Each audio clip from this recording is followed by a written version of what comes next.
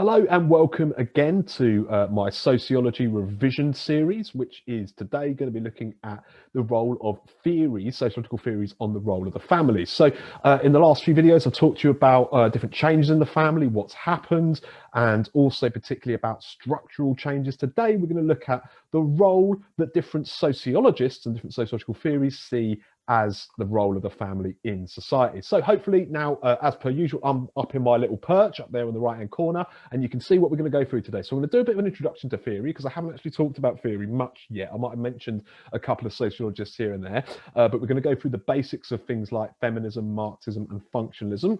And then we're going to have a look at the functionalist, Marxist, feminist and the new right views of what the point of the family is. What does it do in society? Is it a positive? Is it a negative force? What roles does it play? And then finally, I'm going to finish off by looking at some of the theoretical ideas about family diversity. So I covered family diversity a couple of videos ago. I think it was video number 2 or 3, maybe, can't remember. And I'm going to look at some of the theoretical views behind that. So today is fundamentally a very theory heavy lesson. So let's start by looking at the 3 main, what we call structural theories in sociology, particularly at GCSE. You've really only got to know these and then a couple of other bits and pieces. So when we talk about functionalism, it is a consensus theory. It focuses on the positive and the harmoniousness in society. It says that society works well together, that everyone in society plays a role or a function, and that if those functions are played successfully, then society works successfully. But in terms of like its kind of key ideas, they see that everyone in society having an equal opportunity, we call that a meritocracy, and that certain groups are not privileged over others. Okay, that is a difference to what feminists and Marxists think. In terms of how everyone thinks and feels, we very much focus on this idea of a value consensus. So values, the ideas and beliefs that are important to us. Consensus is an agreement. So the idea of value consensus, according to someone like Durkheim, would be that we all agree on what the key values of society are. Things about like respect, tolerance, freedom, looking after ourselves, those kind of things. Okay, and then finally we've got there that idea of social meritocracy, that everyone has an equal chance in life. Now feminists are different. Feminists take a conflict view. They see society as fundamentally unequal, and that inequality is based on the differences between men and women. It's what they refer to as gender inequality, and the idea that men have more opportunities, more power, more money, and more chances in life than women. And they refer to this, feminists refer to this idea of male dominance over women as patriarchal. So we might refer to the family as a patriarchal institution or a patriarchal structure. And why is this so? Because, well, according to feminists, women are oppressed in families. They are kept down, they are kept without power, and they're not allowed the same opportunities that men get. Okay, so it's a conflict theory, looking at the differences between men and women and the inequalities. So if you understand feminism, then Marxism is only a little step away. Like feminism, it's also a conflict theory, but rather than focusing on the difference between men and women and gender inequality, Marxists focus on the inequalities that exist between different social classes. And fundamentally, what we think about is the poorer working class and the richer middle class, or what Marx referred to as the ruling class. Now, sometimes you'll hear these groups referred to as the rich or the bourgeoisie or the poor and the proletariat. It doesn't really matter what kind of term you use, as long as you're making that distinction between the two social classes. For Marx and different Marxists, they would argue that the way that the rich are kept on top and the poor are kept below is through various means, but one reason is what they call false class consciousness. And this basically means that if you are in the working class or if you're in the lower part of society, you are not aware of how, excuse the turn of phrase, but how rubbish your life is. You're not quite aware of how you're being exploited and you're being oppressed by those in richer classes. And one of the ways that people in the working class get exploited is through their labor, and this is a big thing for Marx. So he basically said that if you are rich and part of the bourgeoisie, you will own a means of production, which basically means like a factory or a business or a land. And if you are poor, you will not own that stuff, and you will have to work for those people in their factories, their businesses, or on their land. And what they do, the rich people, is they exploit poorer people, poorer laborers, by paying them as little as possible and ultimately letting those workers create the profit, or what Marx called the surplus value for them. So we've got 3 theories there. Functionalism, very positive, sees everything as being equal and everyone having an equal chance of success. We all think the same way. And then feminism, Marxism, both conflict theories, Feminism focusing on the differences between genders, Marxism focusing on the differences between classes, and each of those theories has their own kind of ways of talking about how and why society is unfair on particular groups. So that's an introduction to the general idea of these three sociological theories. We're now going to have a look at the functionalist view of the role of the family. And for each of these, what I'm going to do is give you like an in a nutshell. So like the basic idea of a functionalist view of the family is that the family even plays a real vital function in the overall system of society. And someone like Durkheim might refer to society as being like a human, I don't know if I'm stretching my arms out, but I have anyway, so I'm going to keep them like that. The society being a bit like a human body, with each of the organs in the human body being represented by social institutions. So your family might be the heart, education might be your lungs, your workplace might be your kidneys, your religion might be your liver, and so on and so forth. And each of those parts or institutions of society needs to play its function in order for the whole thing to work well. Because just like the body, if something goes wrong with one of your organs, your whole body is not going to work as well. Okay, so that's the main idea of functionalism. Now, what they say with families is that families help to integrate people into society's value consensus. They bring people into it, they teach them, they bring them up, or rather, they socialize people. And this allows, the family socializing people allows people to be brought up with those similar norms and values, and this creates what Durkheim would refer to as a sense of social solidarity. We're strong and we're together. Now, when it comes to the two functionists that you probably need to know at GCSEs for the functionist view of the family, we've got Murdoch, so George Murdoch, and he suggests that the family plays 4 vital roles or functions in society. The first being reproduction, because if we don't have sex and have more babies, then society is going to die out. So that's a problem. That's really important that families do that. The second one is satisfaction of sex drive. So Murdoch here was talking about the importance of families staying together. And if they satisfy each other sexually, then they're not going to break up. For Murdoch, if there is a breakup in the family, that's going to cause a breakdown in society, much like that organic analogy of the body. So for Murdoch, if you are not sexually satisfied by your partner, you may well look elsewhere, and then you may well cause the breakup of a family. So that's not good. So we need to have people having sex and being happy in order to keep families together. And then the last 2 functions of Murdoch, firstly, socialization of children. This is the key thing between what both Murdoch and Parsons say, which is that one of the key things that families do is socialize children. And the last thing, according to Murdoch, is that families play an economic role or an economic function. Someone or multiple people in the family are going to need to bring money into that family so they can do things like buy food to eat and those kind of things. All right. And so that's Murdoch's 4 functions. Murdoch was writing in 1949, by the way, so a bit out of date. Somebody wrote a little bit more recently, but still pretty old school, is Talcott Parsons. He was writing in the 1950s, 1955 to be exact. And he refers to the nuclear family as having only 2, what he calls irreducible functions. So he basically says is that as society's progressed, the family is just left with 2 things that it does that no other institution in society can do. And they are the same as Murdoch, primary socialization of children, so bringing kids up into the norms and values of society. But Parsons' second main function of the family is what he calls stabilization of adult personalities. And basically what this means is making sure that all of the adults in the families are relaxed, they are de-stressed, and they are able to do the functions that they need to do. And Parsons actually likens the family to a warm bath by doing this. So he says the family plays a really positive role because at the end of the day, when man's been at work, when the husband's been at work or whatever, or your dad's been at work, your mum can play the role of stabilizing his adult personality by, for instance, making sure there's food on the table, giving him a cup of tea and a cuddle, maybe a massage at the end of the day. Those kind of things is what Parsons means by stabilization of adult personality. So functionalists, 2 people there. You've got Murdoch with his 4 functions, and you've got Parsons with his 2.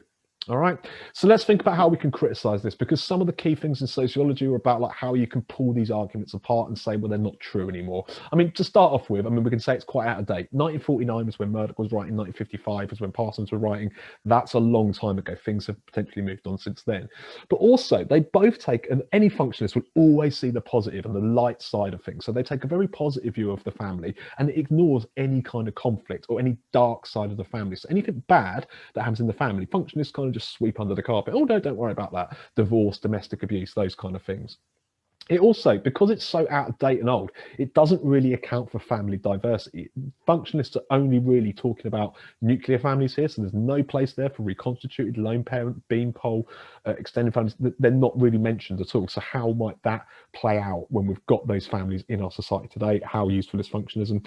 And the other thing we might want to talk about here is the criticism of feminism towards people like Parsons, who talks about, if you'd have seen the previous video, number 4, about conjugal roles, I talked to you about how Parsons argues that men and women in families have these fixed biological roles, with men being the instrumental role, going out and earning money and bringing money into the family, women having the expressive role, staying at home, looking after the kids. Feminists would say that that is a very, very binary, outdated idea where men do one thing, women do another. We've moved on since then. We've had what many sociologists call a march of progress towards equality, and we no longer have those fixed roles in families, certainly as much as we once did when Parsons and Murdoch were writing. Okay, so let's have a look at the feminist view of the role of the family. Now, very different to functionalism, far more negative, far more focus on the bad sides of the family and why the family is a place where patriarchy can exhibit itself. So what they would refer to as the nuclear family is a patriarchal structure. You know, two parents, man and wife, the man would have the control in that family. He would be the dominant one, and that's why the family for feminists is a patriarchal institution. So men can exercise their dominance or their control in many different kind of ways. It might be through what we looked at in the last video, so not having much of a role in the division of labor at home, so women doing all of the work, and at least dual burden being a good example. We can talk about the role of decision making. Men tend, or at least used to, make most of the big important decisions in family. Money management, if we go back to the times when women relied on men for financial support. Men were literally holding the purse strings, or the wallet strings, so they could get away with what they wanted to. And also another example, probably quite a clear example of how men can exercise their physical power and dominance in the family, would be through domestic abuse, DA, or even domestic violence as well. Okay, so when we look at a couple of feminists, like we did with functionalists, we'll look at the role of Oakley, who is a liberal feminist, and she would talk about the fact that there has been this march of progress towards families becoming more equal, but she also focuses on that fact of women suffering a dual burden. And if you want to know what a dual burden is, it's basically women doing domestic work and paid work. Go back to video 3, have a look at that, and it explains it in a little bit more detail for you. And the other feminists I'm going to mention briefly here are the more radical feminists, Delphi and Leonard, who hold a similar argument to Oakley, in that they say that women do the most stuff in the household. But what they argue really is that women are the ones who hold families together. They're the ones who put the most work in, and men tend to benefit the most. So we've got an unequal distribution of work and benefit going on there in families for the likes of Delphi and Leonard. And then if we come to look at the criticism, so we've got to try and pull this apart somehow. We're going to argue, really, are women as oppressed in nuclear families as feminists might argue, especially given that march of progress towards equality that we've seen over the last 50 years, with the likes of things like, for instance, alternative family types, different policies protecting and encouraging women to work. We've got policies that have reflected historical male dominance in families, like the Marital Rape Act, for instance. So what we can argue really is that, are things as bad as they used to be, according to feminists? And then the second thing we can say as well is that feminism isn't just one perspective. It's actually a very broad spectrum of views, and different feminists have different views about the idea of the nuclear family and the role of the family in society. So we've got liberal feminists and radical. So liberal tend to be a little bit more positive on the advances that have been made. Radical tend to be very critical of what's happened, and they still want lots more to be done. And inside of that as well, we've also got people like Marxist feminists who take on the ideas of Marx and mix it with feminism as well. So who's really got the right idea there? There is a whole bunch of feminists who's got the key idea. Let's have a look at Marxism. So for Marxists, and like any institution in society, whether it's the family, media, school, or whatever, Marxists would always say that that group plays a role in capitalism. And what this basically means, it's something that helps keep the rich rich and keeps the poor poor. And one way it does this is families are described as being a unit of consumption. So when we want something, let's say we want some dinner, I like dinner, how am I going to get that? Am I going to make it myself? Am I going to do everything from scratch? Am I going to work on a farm and toil the fields until the crops are ready. No, of course I'm not. I'm going to go to Asda and I'm going to buy something. So the idea is that families are constantly putting money back into the capitalist system to support the rich, the people who basically sell those products to us. Now, I'm going to have a look at the work of two Marxists here. One's a little bit easier to describe than another. So let's go for Friedrich Engels, who was Marx's best mate. He was writing this in 1902, so an awful long time ago. But Engels suggests that the family supports capitalism and keeps the rich rich by working to keep the class structure in place. And basically, he describes this as being the key function of inheritance. So if you don't know what inheritance is, it's when someone in your family or in your kinship network, if they pass away and they've still got some money or some property or some assets, they might well bequeath those to you. So they might well give them to you because they can't use them because they're no longer around. And what Engels is saying basically is if you come from a rich family, the chances are that people will have money, assets, land, property, businesses that they can pass down to you. Now that's awesome if you've got that, because you don't have to do any work for it. It's just come to you automatically. It's like sometimes if you see people who inherit an awful lot of money and go off and buy a house with it, like awesome for that person, but they haven't worked for it. And in fact, that's just been a result of your family being richer. So they're just keeping the richness in the family. And Engels said, actually, the reason the whole thing started was so that men could be sure of the paternity of their kids. They could pass down the right stuff to their own children to make sure that the class structure wasn't broken.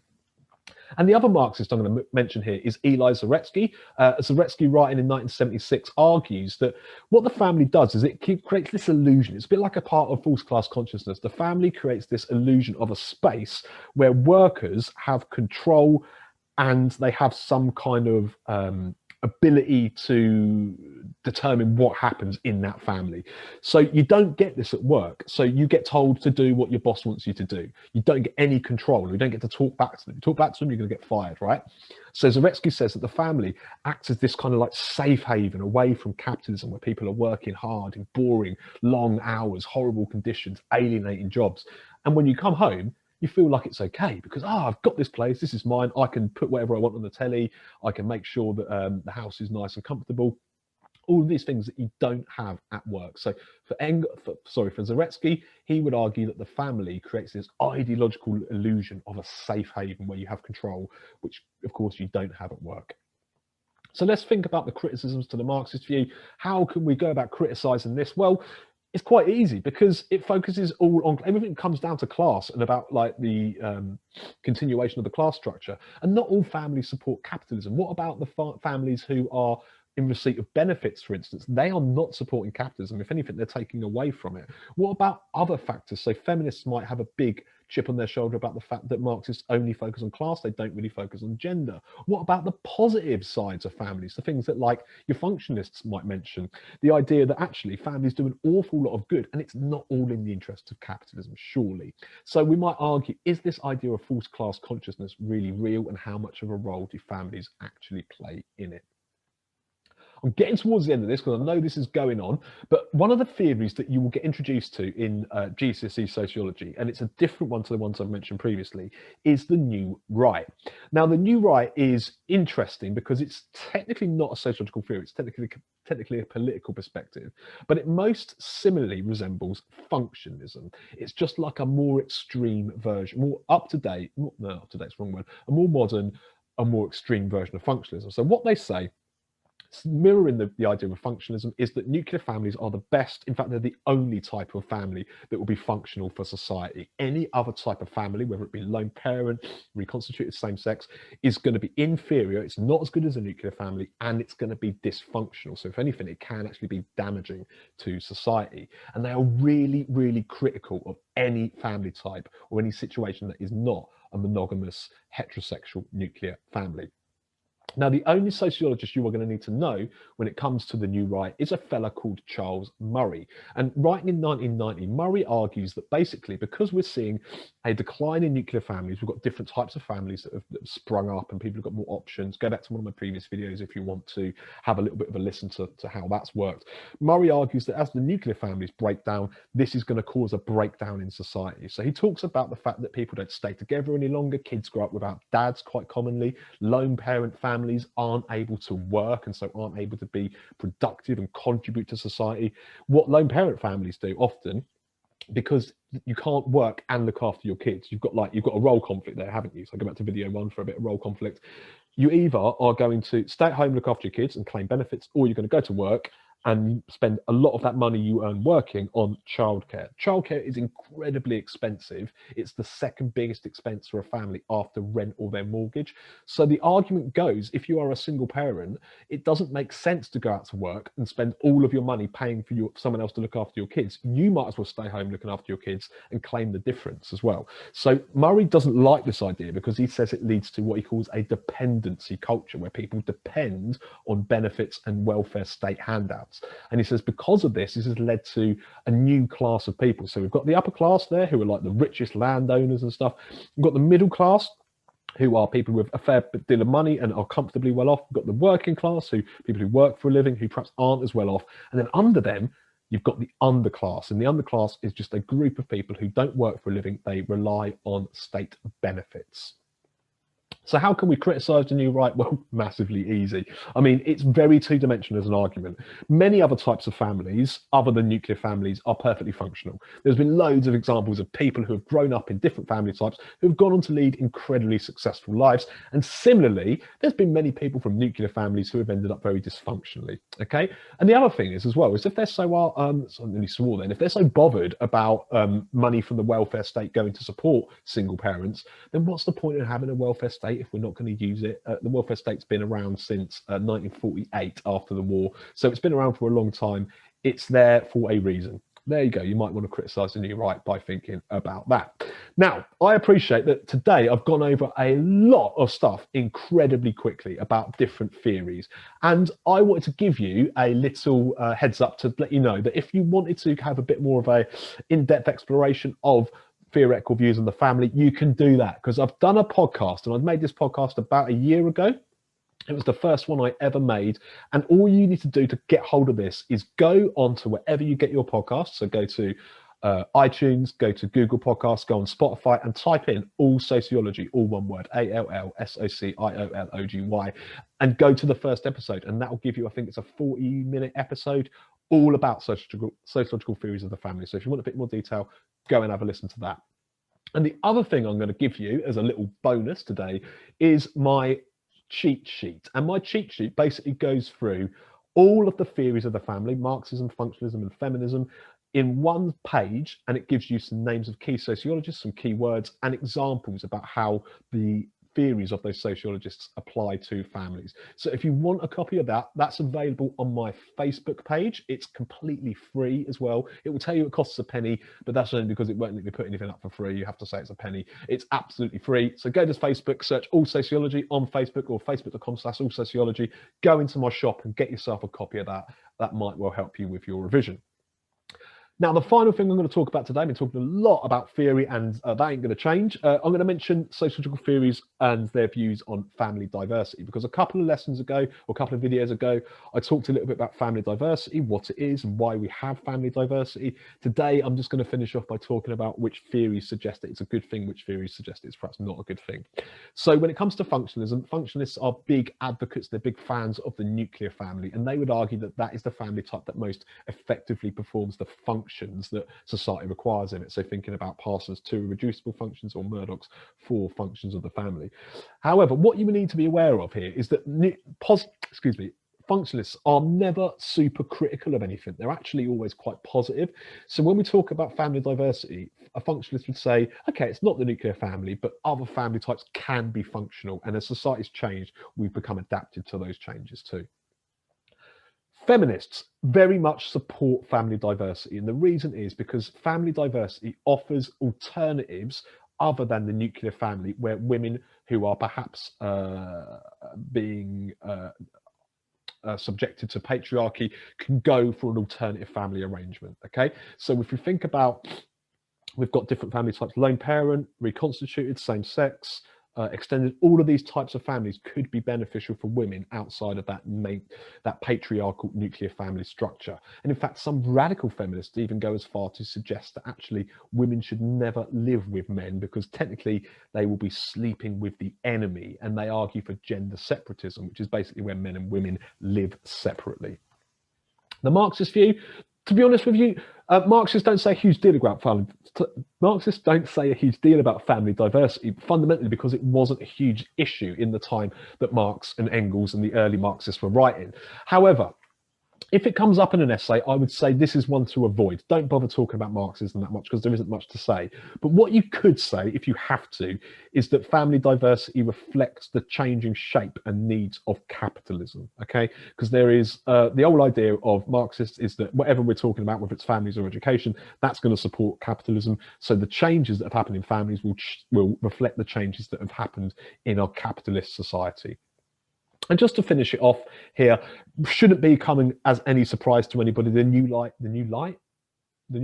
certainly hate the idea of family diversity because they, like functionalists, argue that only those conventional nuclear families perform the functions the strongest. They would argue that any other family type is inferior, it's not as good, and can lead to dysfunctions in society. So for instance, Murray might argue that from a lone parent family headed by a woman, boys might lack a male role model. They may fall behind in school. They may get involved in drugs, gang activity, and those kind of things. And those kind of things is what Murray means when he talks about the breakdown of the family leading to the breakdown of society.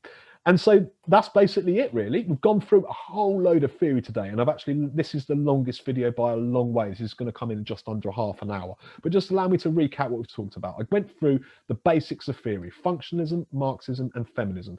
I talked to you then about the functionalist view of the family, focusing on the role of Murdoch and his four functions, and Parsons' two irreducible functions of stabilization of adult personalities and primary socialization of children.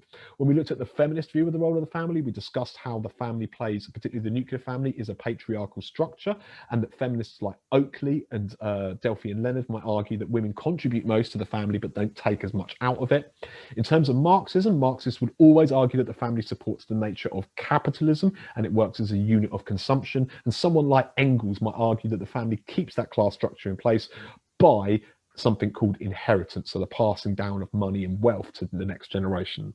Then we finished off by considering the roles of the new right, who are like extreme political functionalists, so they take a more hardline view than functionalists, arguing that anything other than a nuclear family is not functional and can lead to the breakdown of society.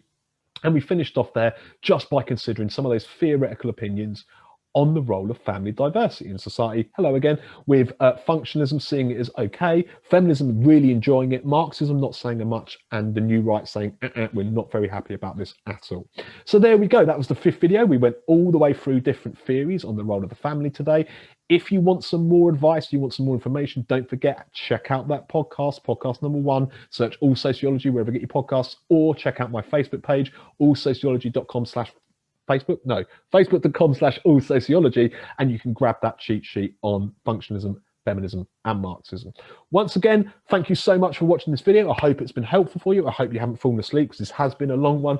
If you've found it useful, do me a favor, whack a like, subscribe, go and visit me on Instagram, or do something else that might benefit me and you as well.